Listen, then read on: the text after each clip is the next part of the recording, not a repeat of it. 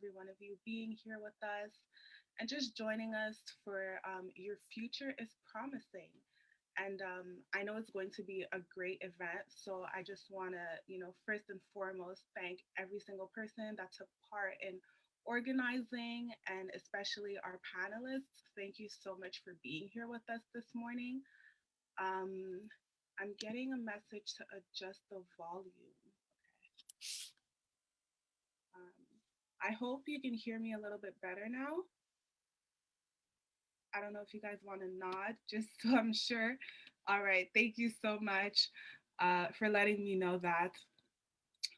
So yeah, thank you so much for being with us this morning. I can't believe it's already the month of May. Honestly, the year just flew by, but we're super grateful to have all of you here this morning. And this program is really going to be centered around Black females ages 16 to 22.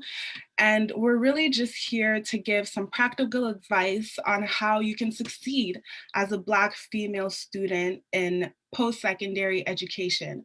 It's not always easy to navigate this entire world. Sometimes as Black female, it kind of seems like all the odds are against us. But I know that by the end of this program, you're gonna have some practical steps that you can use as a student navigating this post-secondary education world. So once again, thank you so much for being with us. We're live on Facebook. We're streaming live on Facebook, so you can share the link with your friends, you can share with whoever, and we're just so happy that you're here with us this morning. So without further ado, I'll introduce myself. My name is Ruby Asar. I am a CPA and I am a senior associate at PwC. So I work pretty much as an auditor, and I was born and raised in Montreal.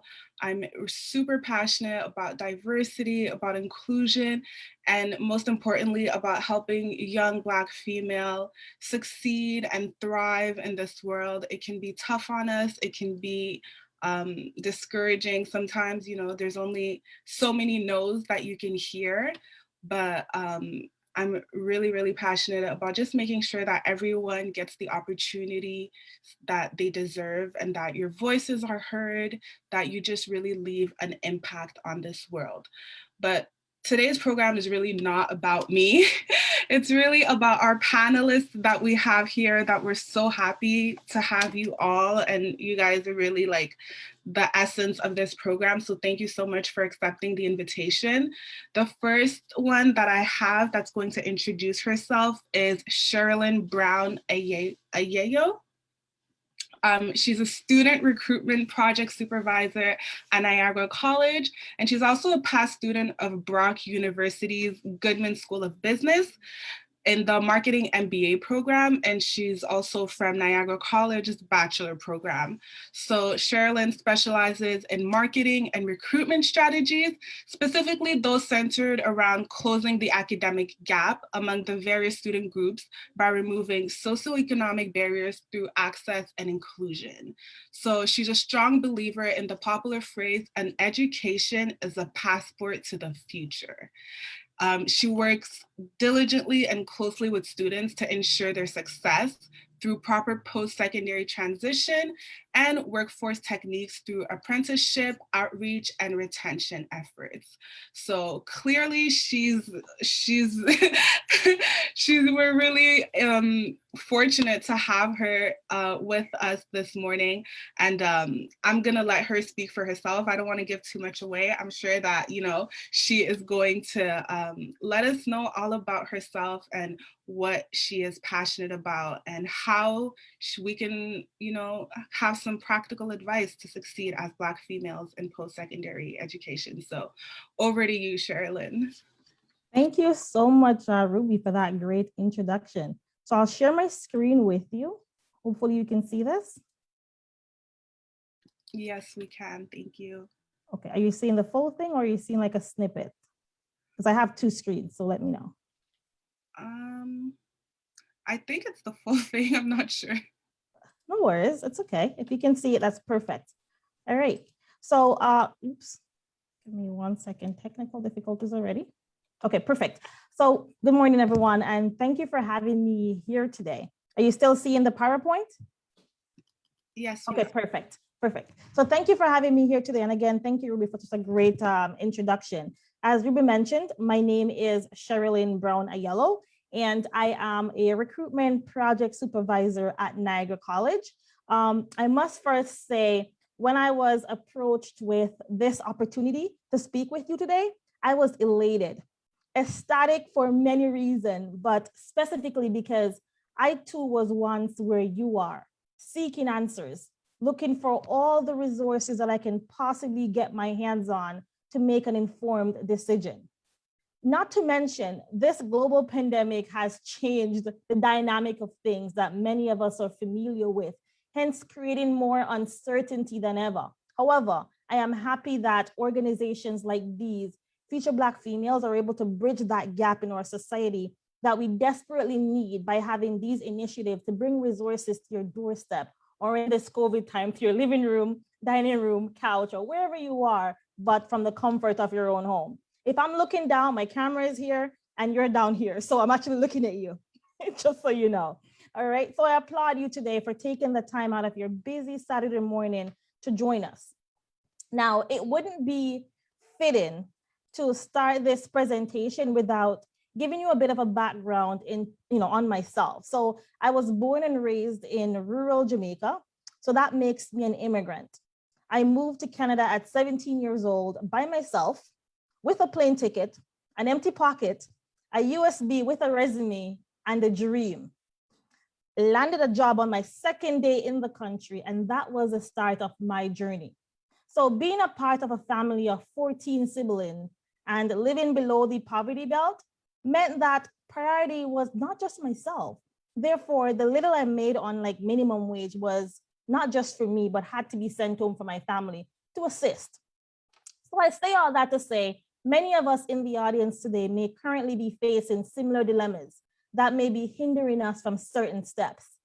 However, none of that should be a hindrance. However, it should be a motivation. Having a family depending on me and my personal drive to succeed pushed me to want more for myself and my family. So I applied to college. That brings us to Niagara College, where I completed my bachelor's degree. Then I went on to Bloor University to complete my MBA in marketing. Not to say any of it was, didn't have its fair shares of challenges or it was a walk through the park. It wasn't definitely a walk in the park. It was definitely a challenging step for myself. However, with a fighting spirit and the determination to do all I can to succeed, that was my drive. So my aim today here is to show you the resources that are available at Niagara College and to motivate you, hopefully, if you take anything from today's presentation, is that if I can do it, trust me, so can you. All right. So speaking from a post-secondary perspective, there are three things you always want to ensure that you check off your list when considering education. That is research, research, research, research. There's never too many research, okay? Ask as many questions as possible. Tour the campus facilities. Let's face it, if you have to spend the next 2 to 4 years of your life on that campus, you might as well tour the campus and the facilities, see exactly what you're getting, all right? A screenshot on your screen right now is a tool that is called Career Coach. Now, I would strongly suggest anyone considering post-secondary education to utilize this tool. This tool basically provides you with 60 question assessment. So this enables you to see your interest, your skills, your strength, followed by career recommendations based on the results of your responses. So it allows you to take a deeper dive into those careers by providing real-time market insight on job demands, salaries, job locations, and even live job postings to apply to. So you can view the requirements, see what the job duties consist of. This tool doesn't just provide you with all that, but it makes sure that you're mentally prepared for college or university, because now you have an idea of what employers are looking for. Not only that, you're also able to tailor your experience at college or university to basically maximize your potential of actually gaining a position after you graduate. So if you know that you like hands-on experience, then you get involved. If you know the job requires volunteering, then you volunteer in those fields while you are studying. So this tool enables you to see exactly what these jobs are looking for, what employers need you to have once you graduate, and you can basically set yourself up for success, okay? You want to do, like I mentioned, research on the schools, research the college, the university as much as possible. See what resources they have in place to meet your needs. How diverse is the student body and staff body? That is extremely important because let's face it, we do need to have people that have, experiences from what we go through, right? To provide those resources that you may need. They need to know exactly what challenges you face and how to better mitigate those challenges to better assist you, all right? If they can't see the challenges that you face, how can they provide resources to assist you? So you need to make sure that you're doing that research to see exactly how they can help you set yourself up for success. Now that boils down to ask questions. Institutions are made up of staff bodies for a reason. Ask questions, book those one-on-one sessions, right? You can attend program-specific sessions. You can basically do college exploration sessions, but the point is ask questions. There are no such thing as asking too many questions because at the end of the day, this is your future and you need to ensure that you have all the answers you need before you even start. Okay, that brings back to myself. So I do offer one-on-one sessions. I do career coaching. If you need help with that, I provide everything you possibly need to basically help your journey through college or university. Doesn't have to be through Niagara College, but in general, if you need that help, definitely reach out.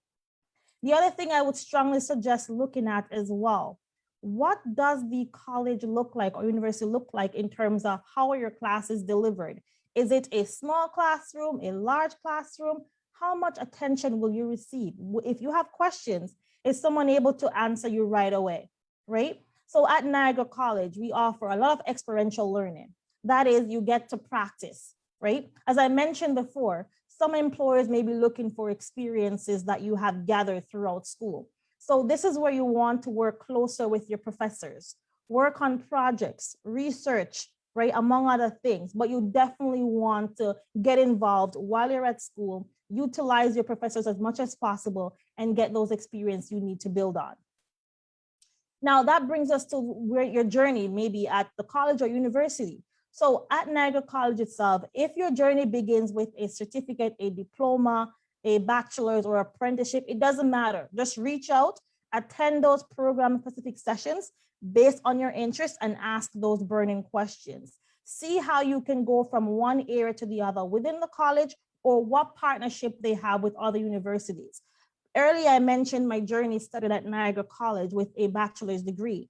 It is a college. You're wondering, how can you get a bachelor's degree at a college? Well, some college offers that experience. Now, I was able to go from Niagara College to Brock University to complete a master's in 1 year. See exactly what the connections between that particular college or university is to other institutions and how well you can better have pathways to other areas, right? That will help set yourself up for success as well.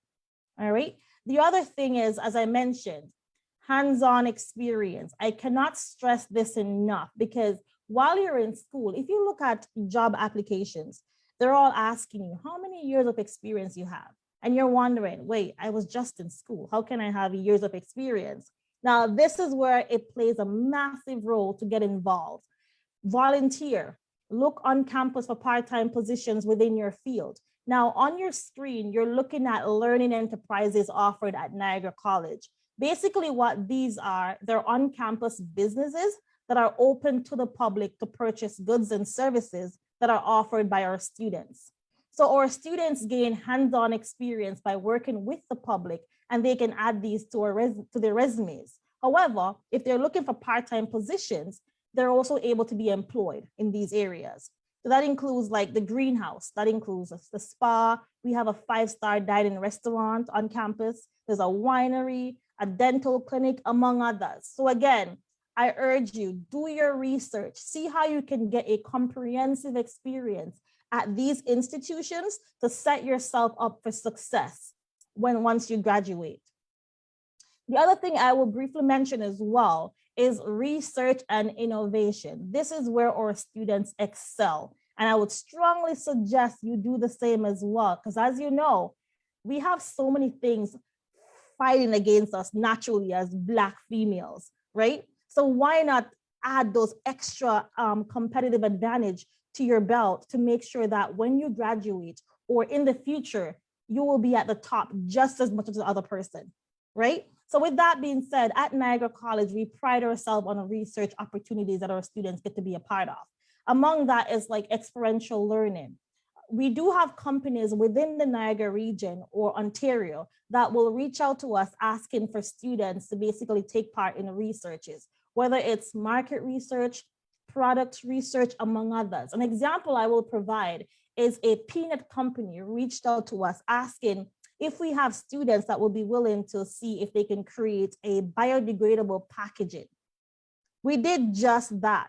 So our students were able to work in the lab, create a packaging for this company to package their peanuts. Now that peanut packaging is sold all over North America. It's available on Amazon as well. So the point of it is, at the college, if you want to have hands-on experience, experiential learning where you can work with current companies to build that experience for yourself, not only that, to gain exposure, because if you are working with a company and they value the work that you've done for free, they will more likely hire you at the end of your studies. So those are all important things to put in place while you are doing your research. See how you can maximize all the resources that are offered by all the schools, whether it's university or college, just research. I cannot stress research enough. Okay, the last thing I will mention too as well is what are the resources or supports available? Now, for ourselves, I know that many of us are afraid to ask questions. We feel as if you ask questions, you may come across as if you're ignorant or lack intelligence, but that's not the case. Ask as many questions as you like. Access all the resources you need to set yourself up for success. I don't care if it's tutoring. If you find yourself struggling, ask for help. We are all not experts at every subject matter. There's something we're weak at. That's okay. That is strength admitting your weakness. Okay, so reach out, get a tutor for free. If you would like to be a tutor, you're paid to be a tutor as well. If you need help in terms of building your resumes, cover letter, practicing for interviews, because some of us are not the best at speaking. That's okay. I'm learning to develop my speaking skills.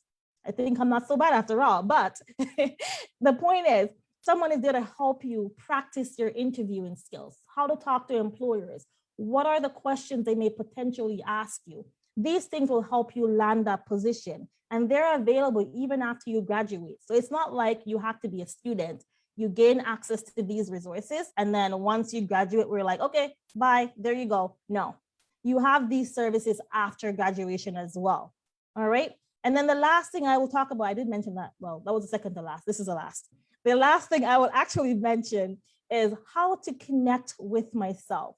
Now on your screen is my email, my phone number. I have two phone numbers. One is my cell, one is my office. Now you can contact me, whichever means you like, email, phone number, text, I'm always available. I like to make myself accessible, mainly because I too had to go through a journey. Being an immigrant in a country where you have no one but yourself, you rely on people. You rely on people for their expertise. You rely on information that they can provide you and the resources they can have to help make your journey a lot better. So utilize me as best as possible. Doesn't have to be for Niagara College. It could be for anything through life, struggles, university, whatever you need, just reach out to me and I can do my best to provide as much assistance as possible. Again, thank you so much for having me today. Wow, that was so powerful. Thank you so much, Jennylynd, for just giving us all this knowledge. I know that we've all learned so much, and I know that for our students that are still, hesitating what to do, I know that research is definitely key. So I agree with you 100%. And, even this event is part of the research. So I hope that, you took down some notes, you got some of her contacts, and, as she said, she's accessible. So you should definitely reach out to her if you have any questions. And speaking of questions, we're going to have a Q&A session once all our panelists are done presenting themselves. So if you have any questions, feel free to enter them in the chat. If you feel like you might forget, you can even enter them as they're speaking, and we'll make sure that once we head into our Q&A session, your questions are going to be addressed and answered. If you're comfortable too, you can wait until the Q&A session and you can ask your questions instead of writing them down in the chat. It's really as you wish. So just take note of your questions while our panelists are presenting themselves, and we'll definitely have that Q&A session towards the end of the event. So thank you so much once again, Jennylynd. And moving on with our panelists, we have Dr. Jennylynd James with us this morning. Thank you so much for accepting our invitation and for being here with us. Just to present her a little bit, she is a Renaissance woman. She's an artist, writer, soprano with a long work history as a food scientist. And honestly, I am so excited to find out a little bit more about what a food scientist does. So definitely looking forward to that. She's a food safety and quality assurance expert with global experience in food processing and fresh fruit and vegetable industry. Jennylynd is the editor of Microbial Hazard Identification in Fresh Fruits and Vegetables and co-author of the FAO Technical Guide, Processing of Fresh Cut Tropical Fruits and Vegetables. She's passionate about the need for food safety as a critical part of the food security strategy in developing countries. So definitely looking forward to her presenting herself to us. And definitely, if you have any questions, note them down and we'll be sure to answer all of them towards the end of the event. So over to you, Jennylynd.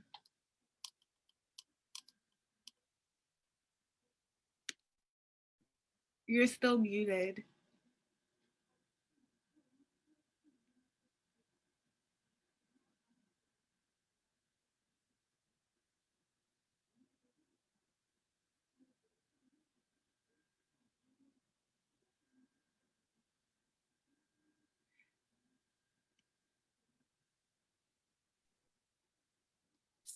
Good morning, everyone. Thank you so much for the opportunity to speak to our students and esteemed panelists this morning. I'm so happy to have this opportunity. And thank you so much, Jennylynd, for that amazing talk. I'm going to give a slightly different perspective. I will first tell you about my journey as a food scientist and then my entrepreneurial journey. I'll tell you a little bit about my academic background and industry experience and what I call entrepreneur in action. So all the different entrepreneurial opportunities I investigated and tried along the way. And then we'll end with a few tips that I think our leaders of the future should have. So a bit about my education. I did a Bachelor of Science degree at McGill University, Montreal, in biochemistry. I'm from Trinidad and Tobago originally, and I had gone back to Trinidad after McGill and did a Master of Science in food technology. Then I went back to McGill, I got a Commonwealth Scholarship and I studied food science and did research in molecular genetics with applications in the food industry. And people want to know, what does a food scientist or food technologist do? Some people think we cook and we taste food, and that's not what we do really. But there are many different options if you choose to study food science at university. And there are different areas that might catch your interest. For example, food microbiology, it deals with bacteria that could be harmful to people and how to avoid food spoilage or foodborne illness. Then some people choose to go into nutrition and health. Another area is food sustainability and policy making. So from a legal standpoint, how can you enhance the food industry and provide sustainable food? Formulation and characterization. So this is actually creating ingredients to help and assist in food formulation. Quality control and quality assurance. So all those big factories that make processed food, you need people to test the food continuously, quality control. Marketing and management when it comes to food. You need people who actually know about food processing to do the marketing properly. New product development. I met a Black food scientist right here in the Greater Toronto area who has developed a whole range of baked goods. You know, when you walk down the aisle in the supermarket, if it's Loblaws or Freshco, all those baked good products that you see, the crumb to make cheesecake, you know, those processed ones, the pie fillings, most of them she developed. And it's a Black food scientist. She was born in Jamaica and she works quietly in a factory here in Toronto. Companies would call and say, we want to do this type of pie. We want to do this sort of cookie crumb. And she develops the products for them. You know what many of you have seen the movie Hidden Figures. Well, she is a hidden figure right here in Canada in the food industry. And she was born in Jamaica. Food engineering and processing. For all the big equipment to work in manufacturing plants, you need people skilled in food engineering to design the equipment. I once visited a factory that baked croissant. So the machinery would cut the bread dough, fold the bread dough, take it on conveyors, and somebody has to design this machinery, but they have to know the actual process of kneading the flour, adding the ingredients in order to design the equipment to do this. So food engineers do that. So there are many different areas you can get into if you study food science. The sky is the limit because there's so many different angles to the food industry. And you can work in primary food production. So this would be, in the growing part of the food. And I'm going to tell you different places where I've worked.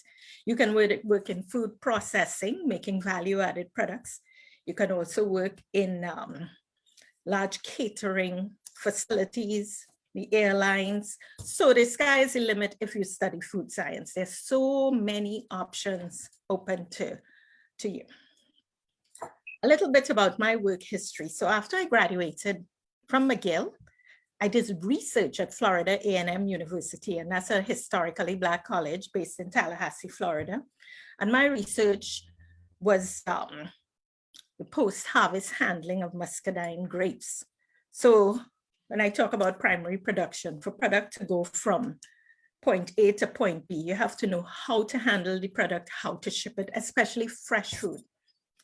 So fresh grapes, we did an interstate shipment study, what we needed in terms of temperature, packaging, etc. After that project, I worked in California at Boscovich Farms. And at the time, they were the 7th largest grower in United States. So they had farms in Southern California, Central California, Arizona, Mexico, and I was responsible for food safety and product development in farms. So when people think of food safety, they think maybe in processing plants, but in farming, you also have to look at who is harvesting the product. Have they been trained in safe food handling practices? Do you have hand wash facilities for those people who are picking strawberries that will never be washed again? So, there's a whole industry built around good agricultural practices and safe food handling practices on a farm level. So after Boscovich Farms, I worked as corporate quality assurance, a senior manager in the world headquarters for Dole, Westlake, California. And there I was responsible for all the bananas and pineapples entering United States. So a huge portfolio. I had to go and visit farms throughout Central America and South America where the bananas and pineapples were grown. I had many adventures. Here I am at a big pineapple farm. If you've never seen it, this is what a pineapple plant looks like. Can you see the pineapple there? And you talk about food engineers, somebody designed this equipment so when people pick the pineapples, they would go straight along the conveyor and into these big holding trucks to be taken out of the field. So at Dole, I helped with mock recall exercises, you know, where we had to simulate a crisis. Let's say something happened in Latin America and the product landed at the ports in North America. What would we do if we had a crisis? So again, crisis management in the food industry, that's food scientists have to work on that. I wanted to get European work experience. And so I applied for jobs in UK and Ireland, and I landed a job in Dublin, Ireland, as a food scientist again, in the role of technical manager. So you think, oh my gosh, Ireland, why Ireland? But why not? The sky's the limit when you have your academic qualifications, as Sherilyn mentioned, you know, good education, is it? And also if you have experience, people will hire you. So I worked in the technical management role, again with different commodities, Russia, pears, apples, pear and grapes. I had to visit different countries throughout Europe, look at the products that they were selling into Ireland and make recommendations from a quality and food safety standpoint. After a while, I got the what I call the entrepreneurial bug. In Ireland, many women were starting businesses and there was a lot of opportunity and funding available for women who wanted to start businesses. So I didn't see any Caribbean food products on the market. And I thought, oh, that's something I could do. I could start a Caribbean food business. So first I started importing mainly Jamaican products from traders in London, UK, and shipping them over to Dublin, Ireland, and I would resell them. So I would sell them at special events, at big specialty food markets, and some shops also carried my product. And there was a time when one of the products that I was carrying, you know, one of the brands, Walker's Wood from Jamaica, their factory had shut down or there was a hurricane or some disaster and I couldn't get any more products to sell. And so I decided to make my own. After all, I had a background in food technology, you know, the actual making of products. I knew what to do. I knew how to bottle and package and all that. So I started my own brand called Taste of the Caribbean. And someone designed this. This is a cartoon version of myself, the Caribbean woman, you know, Taste of the Caribbean. And I won a prize at a supermarket show for one of my sauces, Rasta Pasta sauce, I call it. People love the name, they love the flavor. The secret ingredient was mango, but they didn't know. And so I did a pasta sauce, a curry sauce, a jerk seasoning, hot pepper sauce. And my products were quite popular at what they call fancy food shops in Ireland. I rebranded. And so we talk about marketing. I had the food science background, but I had to learn about marketing as an entrepreneur. So again, there was a lot of help available for women starting business. And I got a mentor to show me how to market my products. So here I have my, my van with the Rasta colors. You can see the van and rebranded Taste of the Caribbean. I got some awards as an entrepreneur from Dublin City Enterprise Board. And I presented my products at many food shows with other international people, other immigrants, people who started businesses. So it was a very exciting time in my life.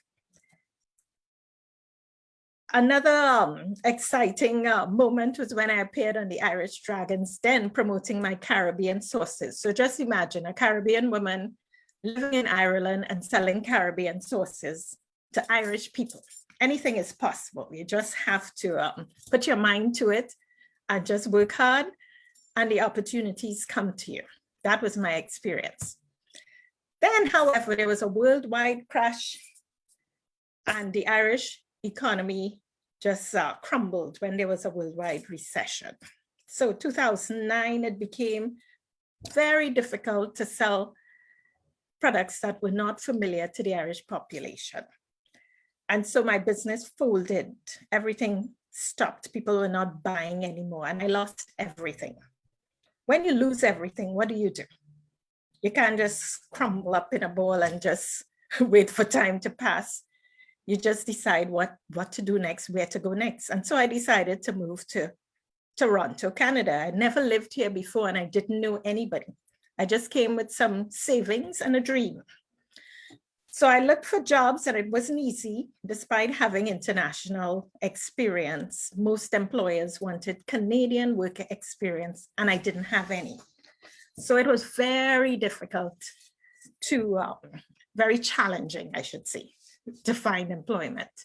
One of the first things I did, Centennial College was setting up a new food science program. So I got a contract to help them develop 2 new courses, and I taught at Centennial College for a while. Then I got a job at a very large company, food service company. They had branches in Ontario, Quebec, Alberta, British Columbia, and they have sushi bars in all the supermarkets throughout Canada. So as a quality assurance manager with a portfolio, not only for quality, but food safety. I branched out in 2014 on my own. I decided I was an entrepreneur at heart, and I really didn't like to be in one location, one job. So while in Ireland, I started painting and decided I would continue in Toronto. So here's a picture of one of my paintings. So I paint all the time. I participate in shows with other artists. I do solo shows. I love to paint Black people, especially jazz musicians. And so I sell my work, and this is one entrepreneurial venture that I'm very proud of. Another venture, when I left Ireland, I couldn't get Ireland out of my head. And so I felt I had to write about it. And I had never written novels or books before. I had written scientific documents. But since I couldn't get Ireland out of my head, and I think I'm a great storyteller, I decided to just write everything down. And so in 2013, I wrote my first memoir. And then I was on a roll. I decided to continue. And I've written 7 books so far. Now, it's not easy, but I kept journals. And so I have used the journals and albums and photographs because I tend to document all my activities. So I wrote about coming to Toronto. I call it Goodbye Frying Pan, Hello Fire, Red Car, Long Legs. That was about adventures in California, etc., etc. Just to tell you, the sky is the limit if you want to venture and do different things. I also continue to learn, and that's very important. No matter how many degrees one has, there's always more to learn. And so I've studied and gained credentials as a food safety auditor. Then last year I studied again, and I got credentials as a food safety trainer, because these additional skills help me to get new opportunities. And so I do food consulting for the industry and training of food scientists, training of food safety auditors. And so that has helped to develop a completely different source of income. So I have a section here, what I call the Future Black Female Survival Tools and Tips. I hope through my presentation, I can show you that to make a living or to be happy, it's not necessary to just have one job. One can do many different things. I put it so 20th century, and my parents used to tell me, You get a job, you work for 30 years in a job, and then you retire. I call that 20th century thinking. So if we're thinking to the future, how about multiple streams of income? Maybe one job and then other side jobs or activities that you really like, and they can also be a source of income. Also, I would encourage you to think globally. Think of an unlimited market if you're starting a business. Unlimited markets. The Canadian job market is small, but if you decide to do a business and it's a global business, then the world is your market because everything is digitized, everything is online these days. So you can think, I would encourage you to think globally and do what you like. You know, some people may have family pressure them to do the traditional medicine, law, or engineering, when there's so many other fields that are exciting and can also gain the same income, right? So do what you like and find a way to monetize it. Self-employment is very, very attractive, I think, for future, for Black females in particular. And I think if you want to go that route while you're in university, look for courses that offer information on financial literacy, money management, and investing. Everybody can use those skills, whether you work for yourself or not. So money management and investing. If you have the opportunity to take anything like this as an elective, please do it. Computer literacy, very important. Social media skills. Whatever talent or business you decide to start, you need to know how to market it on social media. Networking skills. If you do start a business, join a women's business network. Network with other entrepreneurs who think like you. Business strategy and planning. Again, business strategy and marketing. These are great electives to take. And if you're doing an internship, do an internship in your area of interest. If you have a business idea, do an internship in that specific field so you can see how people run their business. Here I say, as a what people call a side hustle. There are many ways to gain income, non-traditional jobs, where you can assist people, especially if you live in an urban setting. And I have a few examples here, like a dog walker collecting children from school, doing homework, grocery shopping, being a personal shopper. There are many people who want these services and don't know, you know, they can't do them for themselves. So another statement I have: pivot when necessary and pivot continuously. It's okay to move and change when a situation no longer serves you. So don't stay in a job that you don't like, because there's so many other opportunities out there. Now I have some examples of successful young African female entrepreneurs who made it very big during the pandemic. So Marie Rivera, she has made some vegan skincare products, and she made $1 million in 8 minutes last April. And you can look up Moon Cosmetics. 8:34 on Friday, April 24th. So Friday, April 24th last year, she made $1 million in 8 minutes, and she's just 19, okay? Another girl, Anifa Movember, she's the first to have an online fashion show. She's from, she was born in the Congo, first person to have an online fashion show without people, very innovative.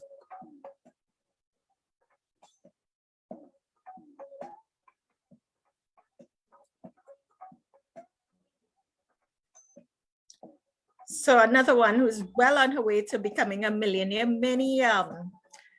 Many movie stars in the US are buying up her designs. Many people. Zendaya was on the cover of a magazine recently wearing one of his styles. So you can bet your bottom dollar that when other people in the fashion industry seen her innovative fashion show, they will be copying her. Okay, I have one more example to show you. Lily Frilly, the 6-year-old CEO. Her products are now carried by Walmart and Target.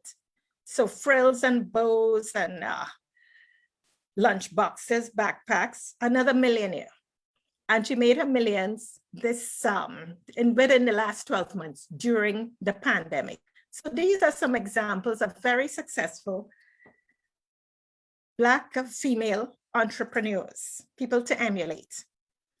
Tomorrow isn't promised, continue learning, and it's better to fail trying than to never try at all. Okay, thank you so much. That was amazing. Thank you so much, Jennylynd, for, such a wide portfolio of experiences and creativity. I know that, all of us on the line are amazed with how much you've been able to accomplish. And I know that, as you said, you're always learning. So your story is definitely just getting started. I can't wait to see what more you have in the pipeline for us. And yeah, definitely, like, it's just, yeah, I think I'm speechless. It's amazing. Thank you so much for being with us and for sharing all of this. I think that it's definitely going to help each and every one of us just to stay inspired and to keep striving.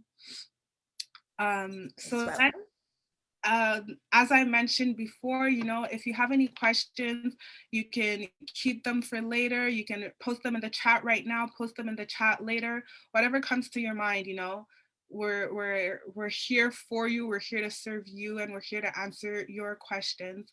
So definitely keep track of all your questions. So our final but not the least panelist that we have is Temi Odunuga. She is a third-year medical student at Brock University, medical science student at Brock University. And she is the president and the co-founder of the Physicians for Human Rights Brock University chapter and director of student engagement at Brock Women in Medicine.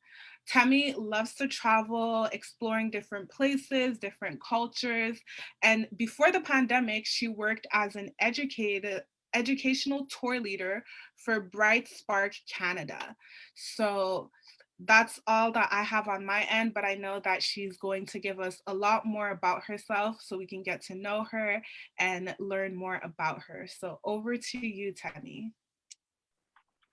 Thank you so much for that introduction, and thank you to all the previous panelists that spoke before me. I think you all did such an amazing job, and I have some big shoes to fill.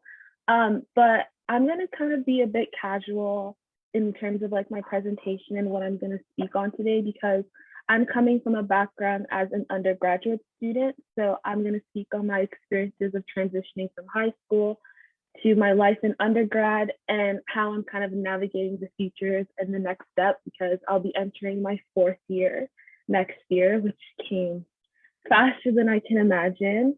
But I think, like mentioned before, my name is Temi. I am a 3rd-year medical sciences student at Brock University. Originally, I am from Brampton, so I went to high school in Brampton. I've lived in Brampton pretty much my whole life.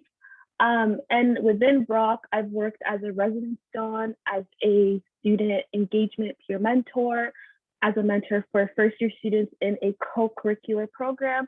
And also I currently work as a Brock ambassador for Brock. So I kind of have a bit of information about Brock and like kind of the transition So I'm hoping that I can share that with each and every one of you here today. But to begin, I guess I'll start with my journey and my educational background. So in elementary school, I don't think I was ever the school type. I didn't like, doing the math homework, the reading homework. I wasn't a fan of school until I think it was one day in grade one. I had like a teacher conference where I had to sit down with my teacher and she had to talk to me about like grades and stuff. And she said like a comment that kind of stuck with me till this day. And she told me that I can't get A's. Like getting A's was something that I couldn't get, that I should try and strive for B's, because B's is like good. That's where the government wants everyone to be. Like get B's, like you can probably get B's, but you can't get an A. Like you can't get an A.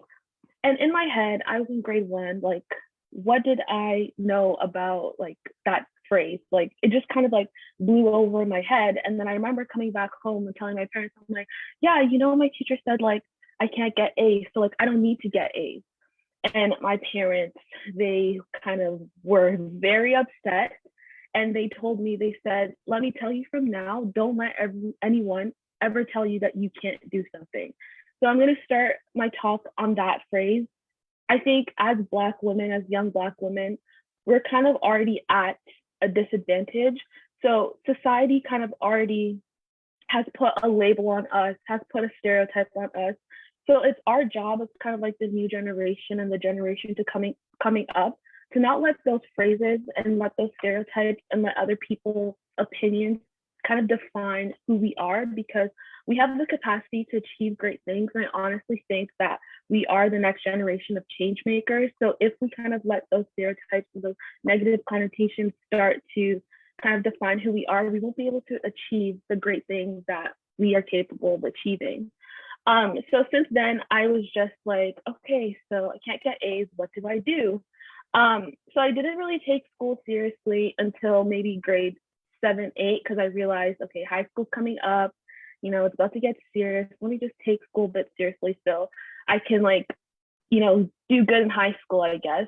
So fast forward into high school, grade 9 and 10 is pretty casual. You take your basic like science, English, and then grade 11 comes around. And I think the transition from grade 10 to grade 11 is a transition that people don't really talk much about, because that transition is a big transition, because a lot of the courses you take in grade 11 kind of dictate the courses you take in grade 12, which dictate the programs that you apply to in university. So I remember in grade 11, I kind of took everything to keep my options open. So I took biology, chemistry, families in Canada, math.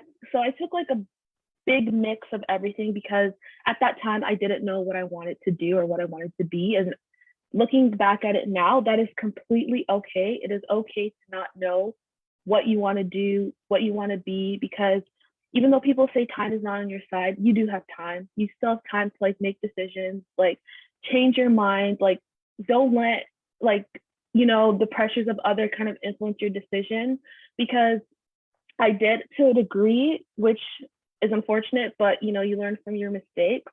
So in grade 11, I kind of took like a plethora of courses. Like back then I wanted to be a marine biologist. Then like a month after I wanted to be a lawyer, and then I wanted to be a doctor. And then I went back to wanting to be a lawyer. So I dropped chemistry. And I'm like, okay, I'm going to be a lawyer. And then the big grade 12 came around. And I don't know if any of you are in grade 12 right now, kind of looking into like university and like kind of freaking out, like feeling like, oh my goodness, people want me to decide my life in the span of a couple months. But that was me. I remember before applying to undergrad, like I just thought that the OUAC and the whole post-secondary institution was a scam, because they want me to decide kind of my future now. But how am I supposed to decide my future if I don't know what I want to be? And again, like I said before, it's completely okay if you don't know what you want to do. Like I applied to 4 different schools and 4 different programs at each of those 4 different schools, because I did not know. but it's okay that if you don't know, just do your research and just come to a decision that kind of suits your interests and suits your needs and suits you as a person. But I remember I was just freaking out. I just didn't know what program I wanted to do, where I wanted to go, what I wanted to be. Okay, so I want to do medical sciences, but now I have to take chemistry, which I dropped. So I had to do like night school, do the whole shebang just to make sure that I have like all the prerequisites that I need for various programs. Now, I think one of our speakers, I think both of our speakers actually touched upon this before, but doing your research is really important. I think what kind of helped me choose Brock was doing my research on the specific program, because I was kind of conflicted between two different programs. Like I was conflicted between child health because I knew I loved working with children, but I was also conflicted if I wanted to do medical sciences because I loved sciences, but like I didn't know if I loved sciences that much to want to pursue an entire degree on medical science. So something that I found very useful, very helpful, which I will see if I can share right now. Okay, is this. So this is a program plan. A lot of different schools have this for various programs. And I really suggest that if you are in grade 11, even if you're in grade 12 and you've already applied to your program, take a look at the program plan for your specific program of interest and see what courses they offer throughout the 4 years, because this kind of helped sell me to want to go to Brock and study medical sciences, because I looked at what I would basically be doing for 4 years. And I wanted to see if like these courses kind of would reflect and match the things that I'm interested in. So I knew that I was interested in the sciences, but I also knew that I was interested in health science, social science, and I knew that I was interested in advocacy. And I wanted a program that could kind of offer me the flexibility to kind of take the sciences, but also take courses that I wanted to take that. Really? No food money yet? So Food. I think that another thing that kind of sold me on the medical sciences program was the fact that in my second year, I got to do an anatomy course. And in the beginning, I thought, how am I going to do anatomy? Like, are they going to make us see like cadavers? Like, I don't know, but it seems cool. So let me take this program because I get to do anatomy, and all the other programs that I was applying to, they didn't give me the opportunity to take anatomy. So using the program plan, I was able to kind of like see, okay, like this is the program for me and this is the school I want to go to. So now what's next? So the next step is, again, doing your research. And I think another good thing that if you have the opportunity to do so, I know with the pandemic, it's kind of hard to kind of physically see the school, but a lot of schools have adapted to where they do like virtual tours, online tours.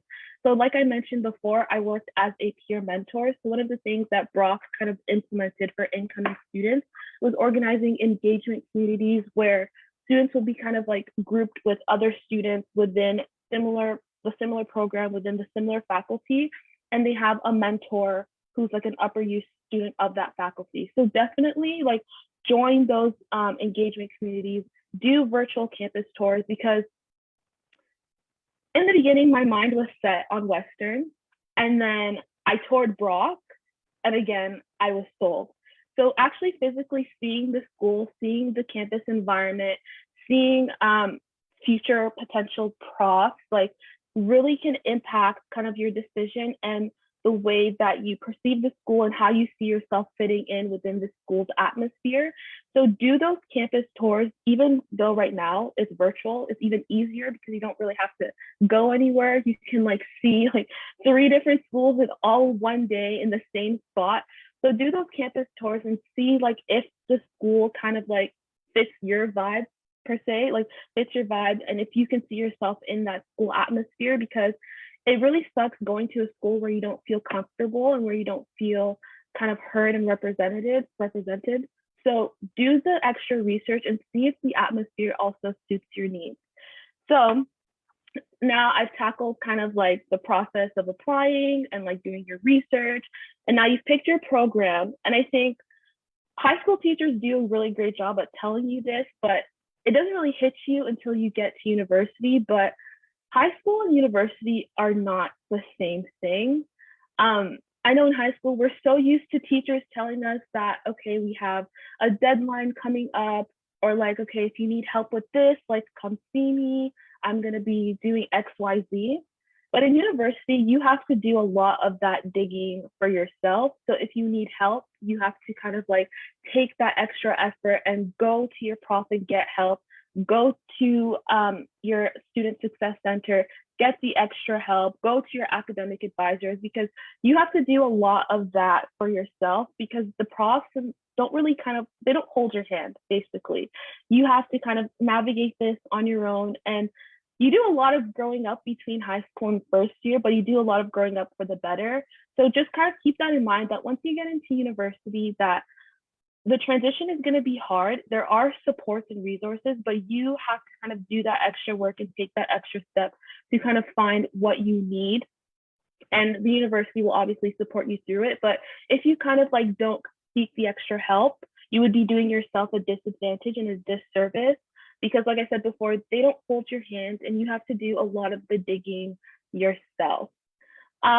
So I think the next point that I'm going to touch on is, now that you're in university, you know that you have to do the extra help, the extra work, and find the resources yourself. Now, what do you do if you want to kind of like get involved? Because our guest speakers, our previous guest speakers, they talked about getting involved, finding volunteer experience, finding work experience. Now, the question is, you're in a new school and in a new environment on your own. How do you do that and how do you navigate that? I think the best thing that you can do is go to your campus career service. So at Brock, we have Career Zone, which is like a kind of like an online network that has various supports. So they have interview support, they have a job posting. So funny enough, my educational tour leading job, I found through Career Zone. It was a job posting that they posted. And I thought, okay, traveling, why not? Sign me up. Let me apply and let's see what this is about.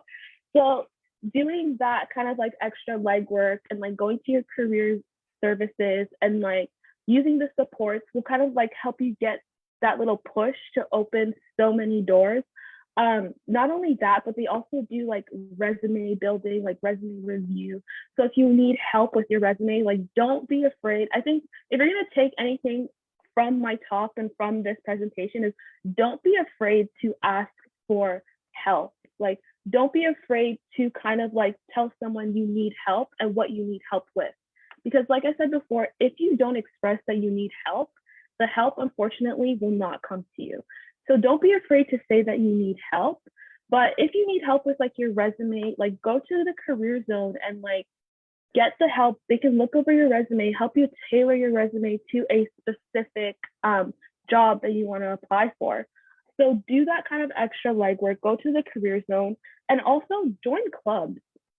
I joined a lot of clubs my first year. I met a lot of new people, and join clubs that kind of fit your interests, that are kind of like fit who you are as a person. So I have a strong interest and passion in advocacy, in healthcare, in women's rights, in reproductive rights. So I joined a lot of clubs that kind of fit those needs. And if you can't find a club that kind of fits your needs and is like yours, like whatever you want to do, like your social group and your social education, like create a club, like create it, do it yourself. Like you can create clubs, and that's a great resume builder. Like for example, before coming to Brock, there was no student group that kind of tackles healthcare, human rights, and law and social justice.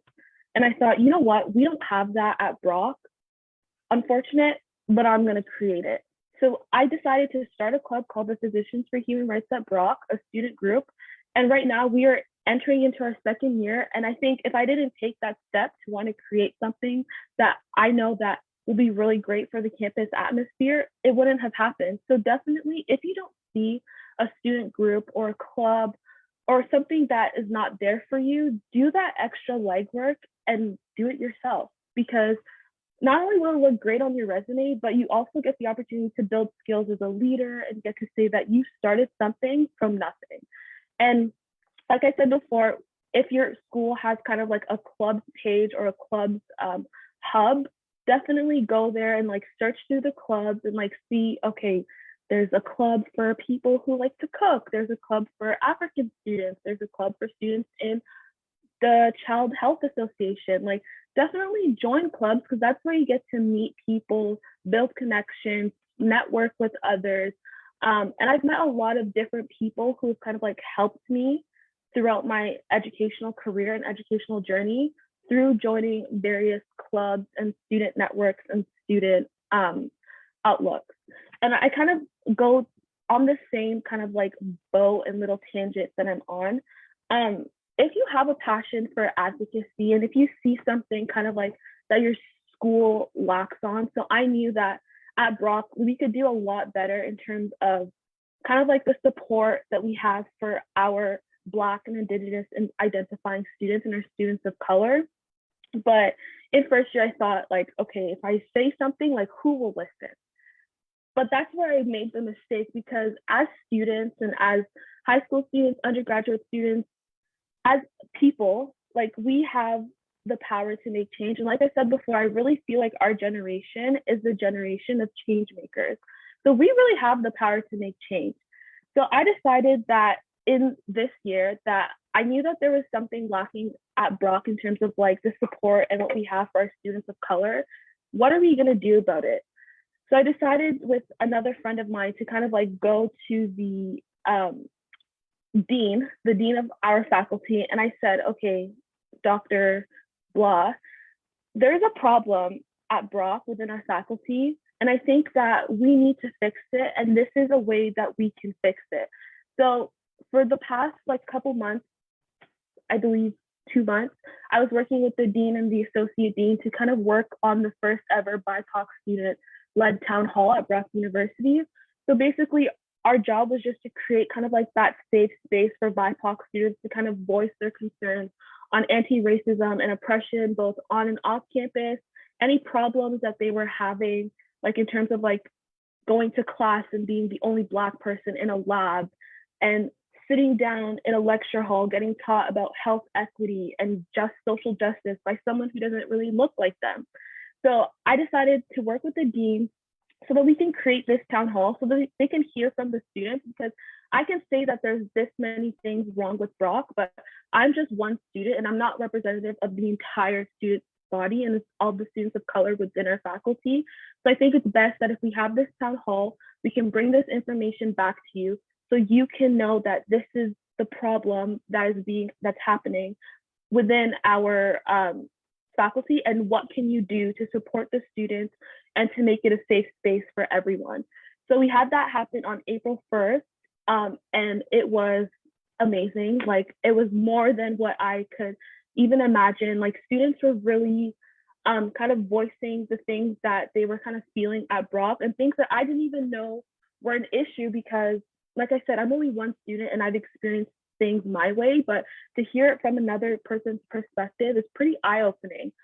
So right now we're currently in the process of working through those changes, seeing what we can do to support students. And hopefully at the end of the day, we're also working towards creating like an entire pan-faculty wide conference in which we kind of like tackling implicit bias and anti-racism in healthcare, in sports, because under my faculty is sports management. So in sports and how we can kind of like create leaders who want to continue doing this work past the undergraduate level. So doing things like that, like understanding that you kind of have a voice, you have the power to change is really important. And don't limit yourself because, for example, you don't think people will hear you, because I promise you, once you start shouting, they will hear you. So don't be afraid to kind of like take the first step, like go see your dean, tell them that this is wrong, because they will hear you. And it goes back to my point, like in university, you have to kind of do that extra legwork and you have to like take that first step. But once you take the first step, like everything will kind of like be okay. Like you will have the support that you need and you will have like the resources that you need because they're all there. It's just you have to do the extra work to find them and find what you need. So I'm just trying to make sure I'm hitting all the points in my head so that I can tackle everything. But I think to kind of close off a little bit, like university is hard, but it's a lot of fun. You do a lot of learning, you grow as a person, and you kind of like build the foundation in terms of how you want your future to be. So I came into university not knowing what I wanted to be at all. Like my mind was changing every year. And now I'm at the point where I can say like I kind of have a path that I want to take. And I have like professors who are able to support me because I did the extra work. I went to them and I got the help when needed. And I kind of have that path set up for myself, but that's only because I kind of used my resources and used what I had to my advantage to kind of make the university experience a great experience for me. So you all can make your university experience a really great for you. You just kind of have to kind of do that work and make sure that you're kind of shaping and doing things that you love, doing things that you like that are in your interest. And I promise like university will be a breeze, even though they say it's hard. It is hard, but it'll be a breeze. So thank you so much for listening. And I'll put my like contact information or anything in the chat if you have any more questions about like university life, the medical sciences program at Brock. If you just want to like talk to me, like I'll put it all in the chat.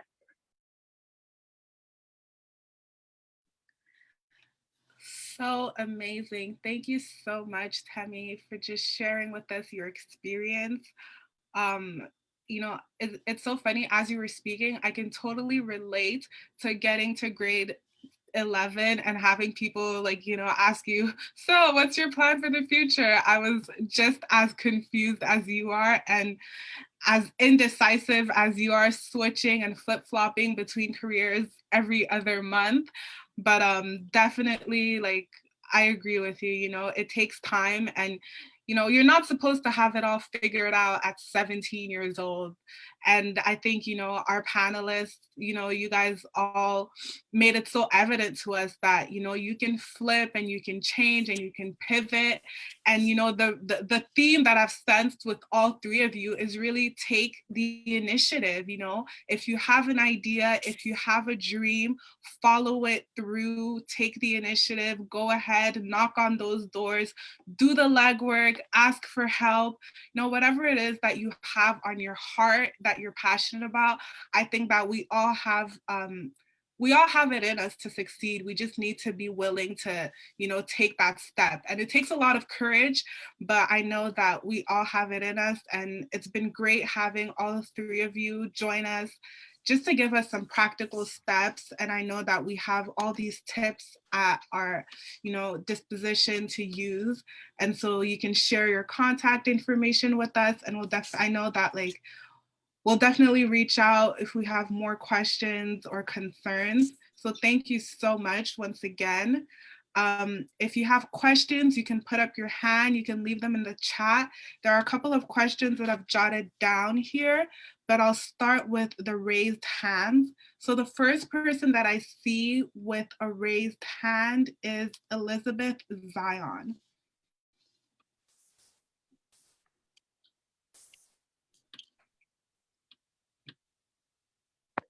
Thank you very much for allowing me to unmute. My name is Elizabeth. I'm 17 and I live in Ireland.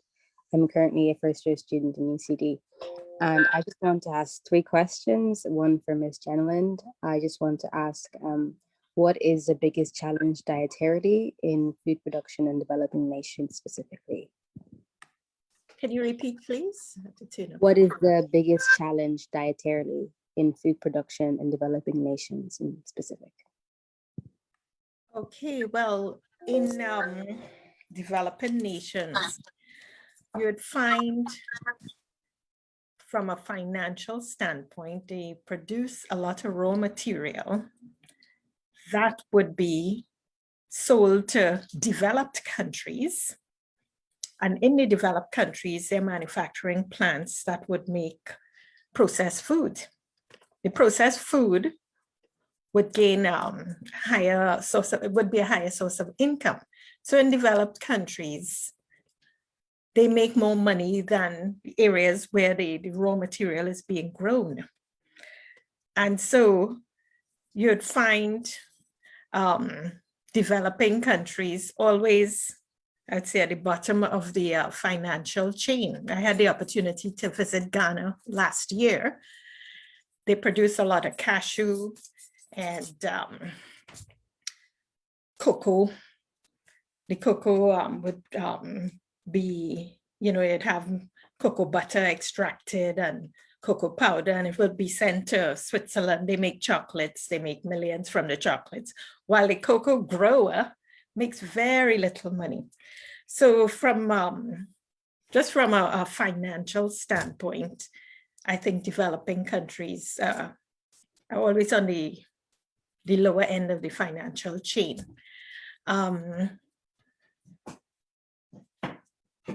In terms of food safety practices in farming, education is key. So, just educating growers, if they have to use irrigation water, make sure you know that the source of water is safe for use.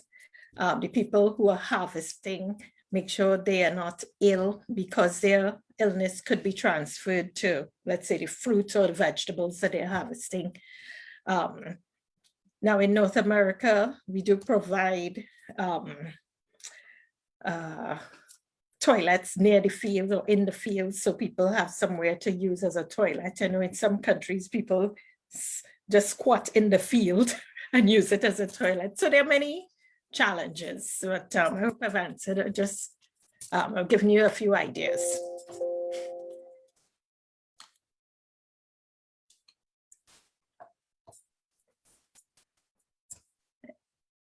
Any other question? I think Elizabeth had, yeah, you can go ahead. Sorry, I couldn't unmute there for a second. Thank you so much for answering my question. I really appreciate it. You're welcome. Temi, and just of all the Black medical students in your course, what is the ratio of non-Canadian / American Black students to Canadian American Black students? So in my specific program, in terms of the ratio of, so you say Black and then non-Black, right?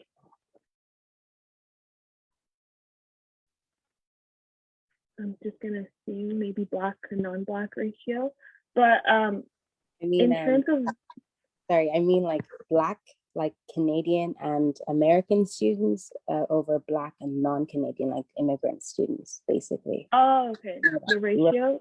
Yeah. Oh boy, it's very, I believe, I can't give you an exact number because I'm not sure of the exact number, but from what I've seen in my lectures and stuff like that, I believe that it's probably 5% Black international students and maybe 10% Black that are Canadian students, and then the rest are obviously of other ethnicities, but we're a pretty small percentage in my program. So hopefully doing presentations like this will increase the number of students of color who want to come into the medical sciences program. It doesn't even have to be the medical sciences program, the sciences program, any program that they want to do, just more students coming to university and increasing the diversity and making us look more culturally diverse. So yeah, but it is a small percentage. Thank you. And just my last question is for Ms. Jennylynd, Temi, and Sherilyn. It's just, has racism restricted you from achieving or from succeeding at all? Or how much, say if it has racism restricted you from doing what you want to do? Not sure I heard your question. Sorry, can you repeat? I'm having a hard time hearing you. Sorry, how much has racism restricted you from doing what you want to do, or has racism at all restricted you from achieving your goals? That's actually a really good question. I wouldn't say racism had stopped me from achieving anything, because nothing can stop me from achieving what I want. If whatever I want, I will get it. I can tell you that much. So in terms of any negatives or any hindrance. For me, they've always been a motivation. So if I see one door closed, I'll try to open another. Like Tammy mentioned earlier, if I don't see the resource I need, I will create it. So personally, when I first moved to Canada, I had no experience. I was 17 years old. I've never worked a day in my life, so I didn't have any work experience. However, when I went to the mall to hand out my resumes, and I went to various locations, to some persons I wasn't qualified, that's okay. I saw this one store, only one store, and the manager said, if you can sell a product today, you have this job. She didn't care that I was 17. She didn't care that I was Black or white. She just saw a trying young lady, approaching her, trying to make a difference. I stood there for 4 hours. I sold more products than they've sold that entire day in that 4 hours. And she gave me the job on the spot. That goes to say your skin color, whether you're a man or a woman, should never be a hindrance. If you want something, you make it happen. You show your passion. You show them what you're capable of doing. Show them your skills, and they will hire you or give you that opportunity. So for me, racism has never stopped me from achieving anything, not even being a female, and it will not. Well, I agree with you, Sherilyn, because I've lived in 4 different countries so far. And, we have this saying, keep your eye on the prize. Keep your eye on the prize. You set your goal and you just follow that goal. No matter who puts a roadblock in front of you, keep your eye on the prize and you keep going. Because, some people may feel threatened. I've been told, my skin is so black, I have a gap between my front teeth. I've been told many things, but I keep my eye on the prize, okay? If I want to achieve something, I don't care, it's just, it may hurt you, but you act as if it doesn't. And before you know it, you've ignored all the noise that's all around you. You just ignore it because your goal is to get this accreditation, to get whatever certification, to start this business. And once people see that you're determined and you're hard working, once people see that, all of a sudden, it's as if the madness disappears and you get supporters that you never had. Same ones who are opposing you become supporters because they see that you can work and you're determined, and suddenly you have support from just everybody. So keep your eye on the prize. That's what I like to tell people in Ireland. Imagine I was in a predominantly white country and I had people buying my Caribbean food products.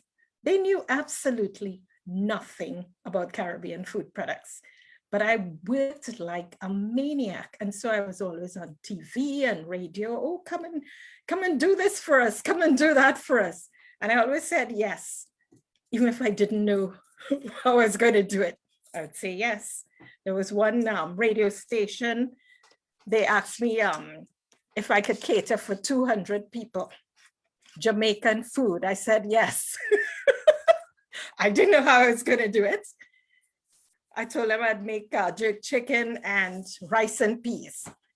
So after I said yes, then I got some African students to help me, and we, I worked it out mathematically how much I was going to make, and before you know it, we were at an event that the radio station planned, and we were serving our food, and the line was a mile long.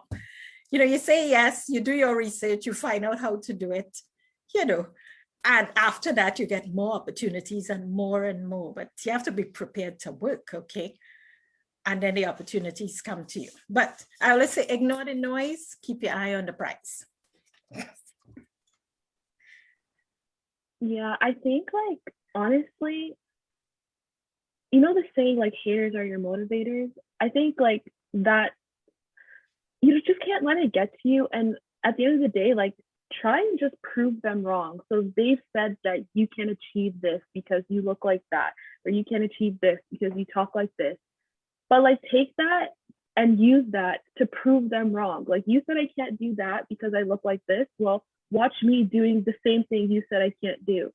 So I think you have to kind of have that mindset. Like, don't let what other people say about you kind of bring you down, because look at where I am today. Like, I can now tell my grade 1 teacher, like, look, you said I can't get A's. Well, boom, I proved you wrong. So like, kind of like take those things and like prove people wrong. And like, don't be afraid with the word no, because I think a lot of people are so scared of like getting told no, but at the end of the day, no is not the scariest thing that can ever happen to you in this life. So like, don't be afraid of the word no, because the word no is just literally 2 words, N and O, and like, you will move on from life. But like, take what people say and prove them wrong, honestly. Like, that's like the biggest thing that I've like learned throughout, and like, I will still continue to kind of like stand by as well. Absolutely. Thank you all so much for sharing your advice, and I definitely agree with, all of you. I remember being in high school and I used to like braid some of my friends' hair during lunch break for money because I was on my hustle at like 16 years old. And one of our teachers was like, oh, you're just gonna braid hair your whole life type of comment. And it really stuck with me. And I was like, it's such a stereotypical thing to, assume, but I let it get to me. It was kind of just like, well, just wait and see, hit me back up in a couple of years and we'll see if that's what I'm doing for a living. So I definitely agree with all of your comments, use it as fuel and channel it to really go after your dreams. So thank you so much. I see there's a question in the chat. And then I see a hand. So we're going to address the question in the chat first. And then after Lynn, I see your hand and you're going to be next. So the question in the chat is, I just saw it. Yes, it's for Sherilyn. And it's asking if you can talk about support for students with learning disabilities and challenges, as well as mental health. Loaded question, but it's actually a really good question, because many of us were coming from different educational backgrounds, and we all have our difficulties or challenges that we have to work with. Now, I can only speak for Niagara College in terms of what we have to offer. So if you have a letter of an LOA, letter of accommodations, or you have any learning disabilities, we do have resources in place that will help you succeed in your classes, whether that be in someone taking your notes, or if you learn differently. Say, for example, you're not necessarily the person that can sit in a classroom and learn from a professor. We have other ways for you to grasp the content, whether it's a pre-recorded video sent to you, whether it's more hands-on learning, because some people learn better with their hands, right? We have all those things available. Now, if you have short-term disability, for instance, say wintertime comes around and it gets icy and it's slippery, not saying you're going to fall, hopefully you don't, but if you do and you fall and fracture your dominant hand, which is your right hand or your left hand, we do have someone to take your notes for you, right? So we pride ourselves on accessibility in the sense that whatever you can think of that you may need to help you be successful at the college throughout your entire journey, or even after you've completed college, we have that available for you. If it's not currently implemented, then we will implement that for you. And that is why I make myself accessible in the sense that you can call, text me, email me at any point in time. Whatever your needs are, I will find a way to make it happen for you, because someone did that for me, right? Being a little immigrant kid from the Caribbean, not knowing many things, or things are different. We're trying to adapt. And I do have to understand that you may be faced with the same challenges, whether it's mental or just simple cultural, right? Just reach out to someone. There's always somebody that's been through what you've been through. If they haven't, they can understand and find whatever you may need. So we have everything you can possibly think of. Just reach out. Thank you so much for that. And it's so true that sometimes when we're researching universities, we don't think about disabilities. But funny enough, when in my second year of university, I went skiing and I broke my ankle, and I was in crutches for 6 weeks, but my classes were on the 3rd floor and the elevators only started on the 3rd floor. So every single day to get to classes, I would have to like crutch up all 3 flights of stairs, and it was so painful. And at the end, I was like, you know what? you guys need to make this school way more accessible for people with disabilities. So sometimes, you know, I would have never thought I would have to be advocating for that, but you never know what life is gonna throw at you. So definitely a very, very essential question. Moving on, we're going to go to Lynn with your question.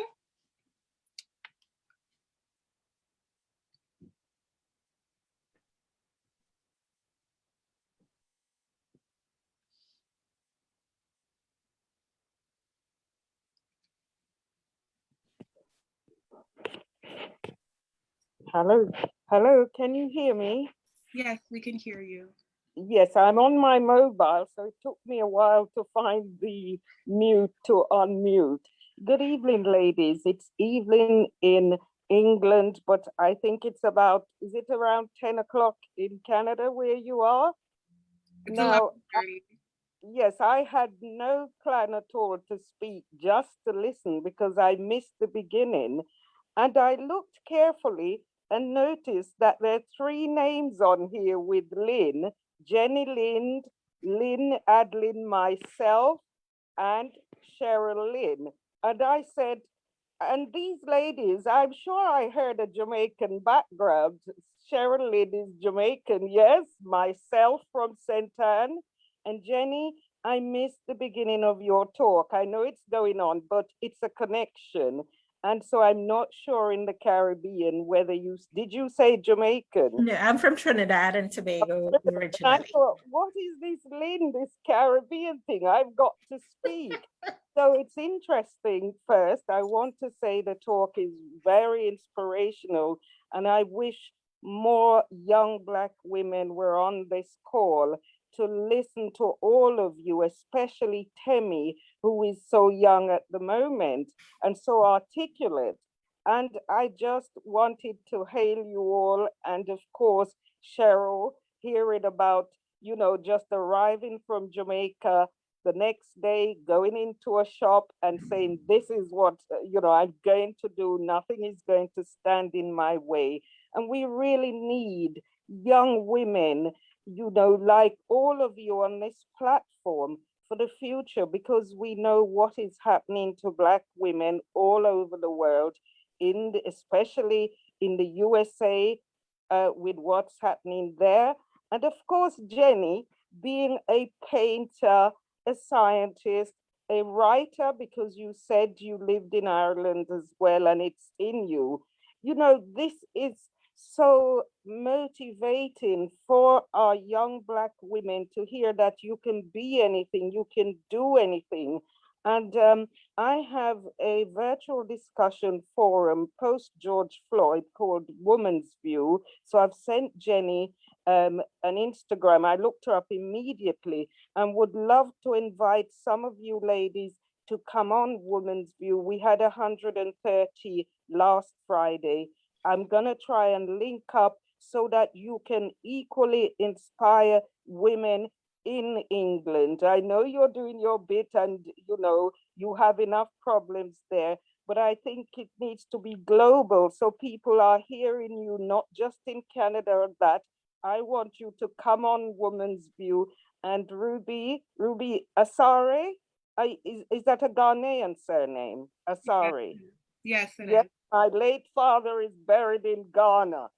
So I need you to come on, Ruby, Jenny, Temi, and Sherilyn, to really come and speak on Women's View, because women in Ghana equally join us, and in Scotland and everywhere, and let them hear what you're saying here to inspire our young Black women all over the world. So Jenny, I've sent you an Instagram message. Please pick up. Ruby, Yes, I sir. can link with you via just the email with the link that you sent me. Is that okay? I'll try and link with you that way.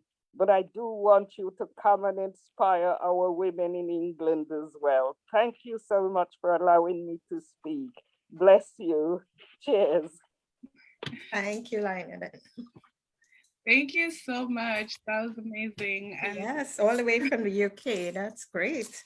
yeah, thank you so much for being with us. One thing I would like to say, I know the media has painted a very negative image about United States, but I'll tell you, while I lived in the US for 9 years, and it was one of the best times of my life, well, including Ireland, of course, but in terms of opportunities in industry, United States has a lot of opportunities. When you have your university degree and you apply for jobs in the US, you're given, once you can work hard and they see that, you're given salary that is, I think, on par or quite higher than Canadian companies, especially in the food industry.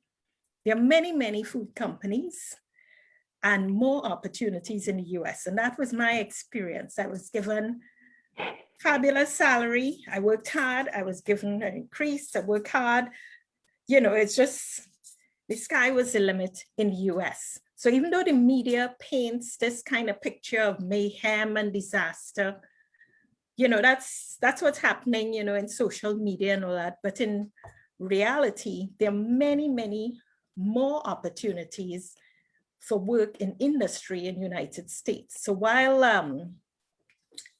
you can get your degree here in Canada, I would encourage young Black women to look to the US for opportunities when it comes to your career, because I still think United States is a fabulous place to work. From my own experience, you know, when I left, I was making a 6-figure salary, which I was never able to find in Canada.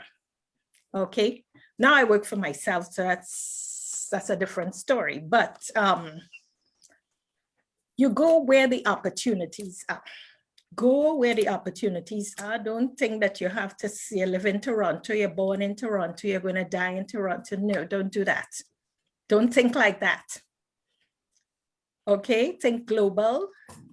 Go to any country you want to, any country, and work there. If you go to a country and it doesn't serve you, you don't like what's happening, move to another one, right? This is the 21st century. You don't have to stay in one country. If you think of our forefathers, all the people who are children of immigrants, your parents or your grandparents came here for opportunities, didn't they? Some of you in the panel, okay? So if they can do it, you could go somewhere else too. It doesn't matter. It just depends on your comfort level in the country where you're living and the opportunities. So I just wanted to say that. Don't limit yourself to one location, one company, one job. The sky is the limit. May I just add, is that all right, Ruby? I agree totally with Jennylynd. You have to go wherever your feet lead you, especially as a writer. You know, I've spoken all over the world, but that is because, as Jenny said, you must leave your comfort zone. Often you're the only Black woman in the room, on the airplane, in the hotel, but it doesn't matter. Never sit in the corner, sit in the middle of the room, wherever you go, or at the front. I go in the front. At the back. No, have to. As Caribbean women, women of African descent, it's very important to be a trailblazer, to leave. Think of Hansel and Gretel's story. You must leave a trail for others, because not everybody is as fortunate as we are. That doesn't mean we are not fighters and we're always fighting. It just means that there is something within us that makes up get up. And the reason why I had to speak, when I was at school, I was told I would be a Xerox operator. That's a photocopier, that I would just photocopy papers and hand them around an office. And of course, I have worked in banking, I've lectured, I'm a published writer like Jenny, a number of books, but you see, I've signed in under a pseudonym, because often I do. So it's very important that you do not listen to teachers, lecturers, anybody. You believe in yourself, like Sherilyn, we heard earlier on. No matter what, I grew up in rural Jamaica with a grandmother. Believe in yourself. As a Black woman, it is, I'm not going to say it is hard, but you can survive, you can make it. Belief is the key, and we heard it on this platform. And you moved me to speak. No more questions or nothing more to say. Thank you for allowing me to speak. Bless you. Thank you so much. And so many of you have mentioned opportunities and how important that is. So I'd just like to mention that at Future Black Female, we have a mentorship program that's really dedicated to young Black girls ages 16 to 22. Even if you don't fit that age range, like you could be a little bit younger, a little bit older, that's perfectly fine. We're really all about helping professional Black women in diverse fields, whatever it is that you're passionate about, that you're interested in doing. We have a mentorship program. We have so many resources available to you, young people, to just, find your place in this wild world, and just go after what it is that you're passionate about. So we still have some time for questions. If you have any questions, you can raise up your hand, or else I have a question that was DM'd to me. Let me just find, yes, the question is for Sherilyn. And you mentioned a lot about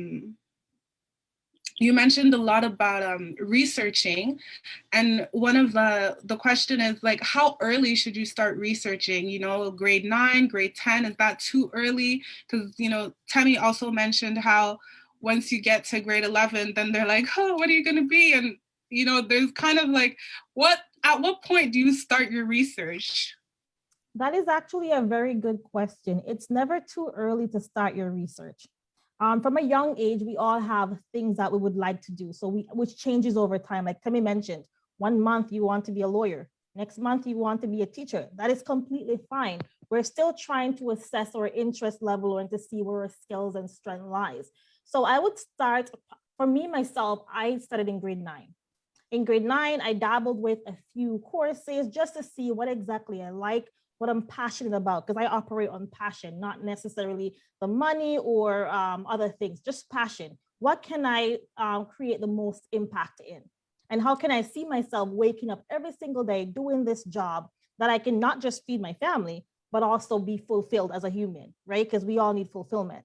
So with that, I would start from grade 9, dabbling in all the various courses. Once you get to grade 10, you start narrowing that down to like maybe the top 5 career path that you would like to go down. After doing that, you then see what the market is like. I stress market insight as much as possible. Why? There's no point acquiring a job, even if you're passionate about that job, when there's no demand. Demand is extremely important unless you're looking to create that demand by telling people, okay, you need this product or you need this service, right? So those are important things. So start as early as grade 9. Once you get to grade 12, you start asking the deep questions. Talk to your teachers, your professors, look for mentors in the industry. One thing I would strongly suggest is building connection as early as high school. That is, you can start with LinkedIn, for example. LinkedIn is where you can meet industry experts. You get to connect with them, get insights. They provide advice to you, right? Those are important. One thing I would say too is, for myself, when I was in college and I had to do a co-op, I didn't just want a regular co-op that I can just pass on and say, okay, I did my co-op hours. No, I wanted something more that I can actually contribute in. So I wrote a letter to Brock University. I wasn't even a student there yet. Wrote this long letter saying, this is my name. This is what I have to offer your college, your university. They had no idea who I am and what this kid is talking about, but I was confident. So I wrote that letter and I sent it to the director of marketing. And he said, okay, I got your letter. And what exactly would you like to do? Because we don't have any opening positions. So it's okay. This is what I can offer you. Can you build me something around this so that I can contribute to your university? After 3 interviews later, he gave me a role in their marketing department. Did that role. He offered me that role permanently, but I was like, it's good. However, I kind of wanted to do an MBA. I want more for myself. This was only a stepping stone, right? To get to my next level. So after completing that MBA, I wrote a next letter, but to Niagara College. I'm always writing letters because I create opportunities. If there is no opportunity, create it, right? So I wrote this letter to Niagara College saying, you know what, this is my name. I've done this at Brock University. These are my experience. I see that you're lacking A, B, C, D. I can fill that void. And then they gave me a position, hence where I'm at today. The point is, start your research as early as possible.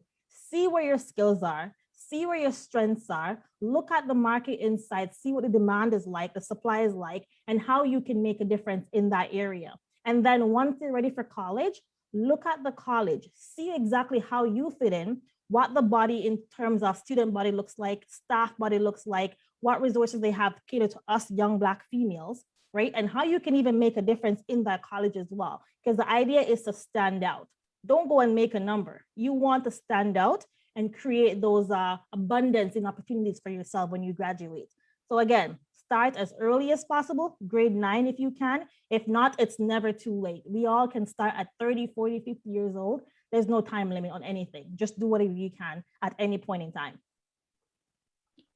If I could actually just add on to that, because I think if I would have heard to start early, like back when I was in grade 9, like I feel like I would have made a lot more informed decisions, because like it didn't take me until maybe like grade 12, so for sure I knew like kind of like, okay, this is what I wanted to do. But in terms of research, all I knew is that I wanted to be a marine biologist because I love dolphins and I thought they swim with dolphins all day. And I did my research in grade 11 and I was proven completely wrong. And I did a U-turn and I'm like, okay, let me be a lawyer. And then I did my research and I'm like, okay, law is not for me. But like, if you're kind of like struggling and you don't know what to do, I think like the biggest thing is like, just keep your options open. So like take classes in a variety of different areas. So like, even though right now I'm in the sciences, like I took families in Canada, I took psychology and sociology in high school. I took all of the sciences except for physics, because me and physics, we do not rock like that. But I made sure like I kind of like opened up myself. I took math, I took data management. So like take as many courses in different areas as you can, just in case like you get to grade 12 and you realize that, oh, I want to go into medical sciences, but I need to take chemistry and I didn't take chemistry. So now what do I do? So like, I think maybe take as many courses as you can that kind of, I guess, relate to some of like your future career ambitions or future career path, so that like when the time comes to finally make a decision, you're not missing like certain prerequisites that you need for the program. Okay, I'd like to add something from an entrepreneur's vision. If you have a business idea, please contact me, because I do think for Black women and for the future in particular, having your own business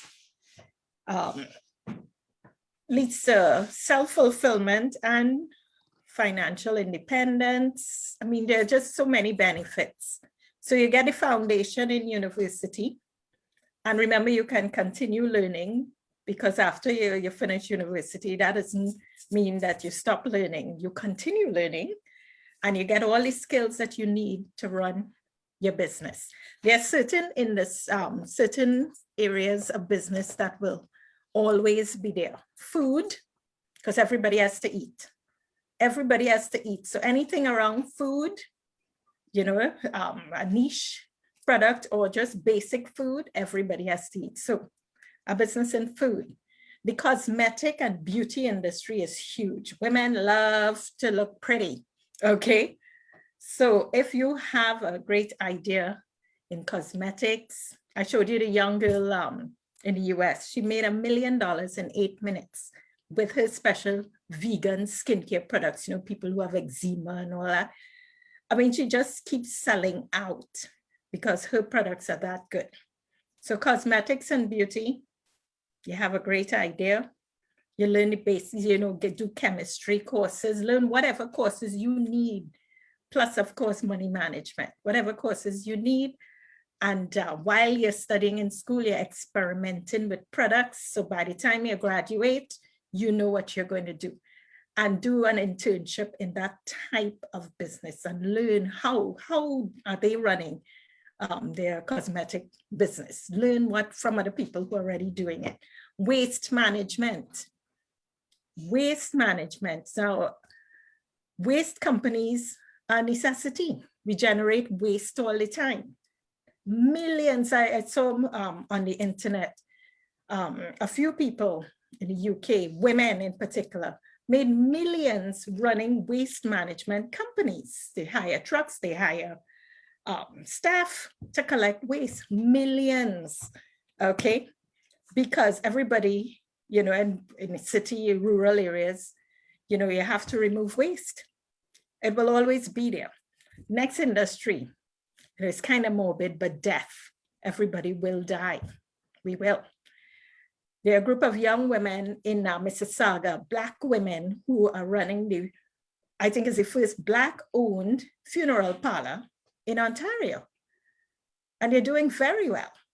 I had the opportunity to speak to one of them the other day. They're doing very well, a Black-owned funeral parlor, okay? Everybody's going to die. I know some people just, they can't even see themselves doing this, but it's an industry that is predominated by certain people, and not too many are Black-owned, but you know, it's an industry that will always be there, okay? So food, waste management, death, you know, you can structure your studies to learn more about these industries, and there are Black-owned businesses in these areas. Seek them out, look online and find them.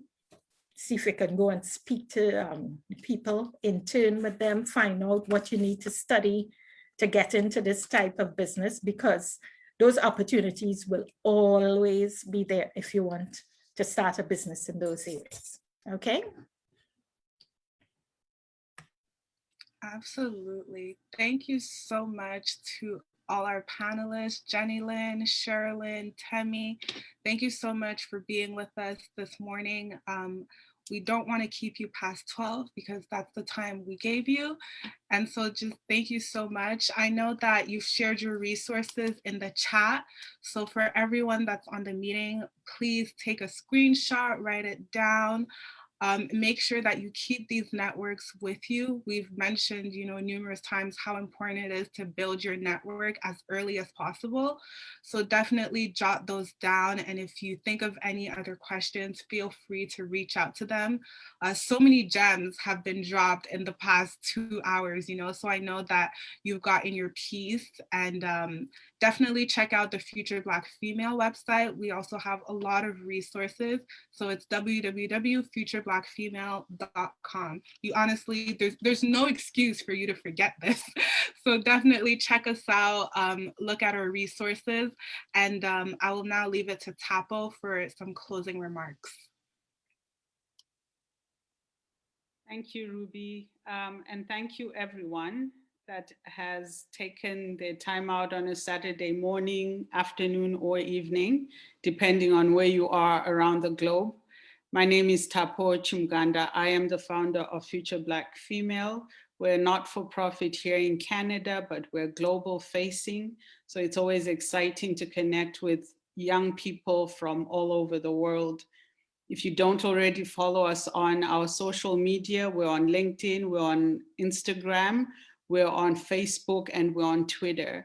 And I want to encourage young people to join LinkedIn.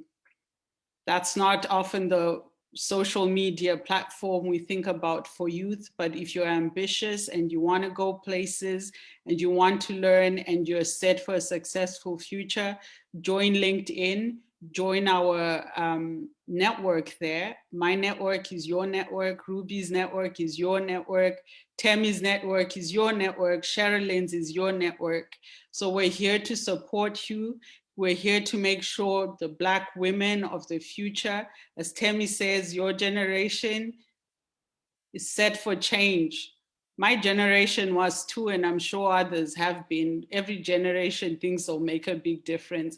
And the truth is they do. So what difference are you going to make? What difference is your generation going to make? So thank you again. Thank you especially. I'm just going to be an adoring aunt. I have my niece in Ireland, Juanita, and she's looking to start university soon. So I'm really excited that she was here and she got to hear from all you wonderful people. So thanks again. Follow us. If you log on to our website, you can sign up to get more notices for our events and upcoming programs that we have. Thank you, Ruby. Thank you, Jennylynd. Thank you, Temi. Thank you, Sherilyn. I should also mention we had a fourth panelist, but she's not feeling well and she's in the hospital. So our wishes and prayers are with her. Take care. Thank you so much. Thank you, everyone.